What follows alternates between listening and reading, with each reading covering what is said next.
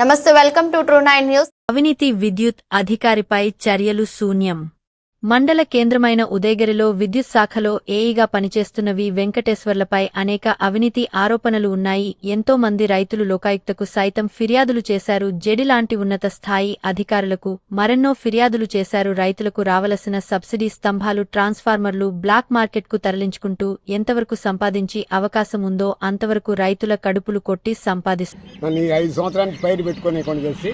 రకరకాలుగా ఇబ్బంది పెట్టిండు. కానీ కింద నుంచి పై స్థాయి దాకా అధికారికి ప్రతి డిఈకి, ఎస్సీకి, సీఎండీకి ఎవరికి ఇచ్చినా కానీ పేపర్స్ తీసుకోకుండా అంతా లంచాలకు అలవాటు పడి నాకు న్యాయం చేయకుండా నన్ను తాస్కారం చేసి నాలాంటి రైతులు ఎంతోమంది మరిపాడు మండలంలో చాలా మందిని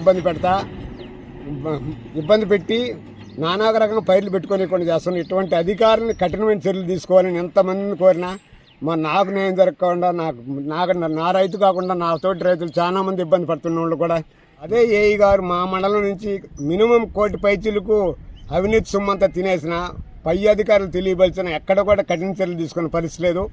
ఈ మధ్యనే సస్పెండ్ అయ్యిండు. వారానికే రీజాయినింగ్ ఇచ్చి ఉదయగిరిలో జాయిన్ చేసిండ్రు.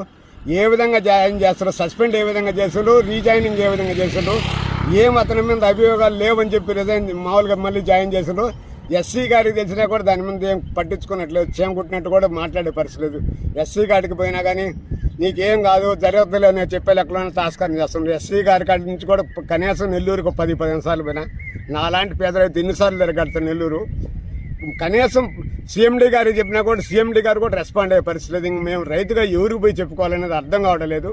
అటువంటి ఏఈ మీద వెంకటేశ్వరరావు మీద ఎందుకు చర్యలు తీసుకోవడం లేదు కూడా ఇక్కడ మామూలుకి అలవాటు పడి కింద నుంచి పై స్థాయి దాకా డబ్బులకు అలవాటు పడిందో ఏదో, కానీ ఇక్కడ వచ్చి చూస్తుంటే కానీ ఉన్నది న్యాయమైనా కానీ నా రైతులు అంటే నా లాంటి వాటికి కాకుండా నా పక్క రైతులు కూడా న్యాయం చేసే పరిస్థితి లేదు సార్.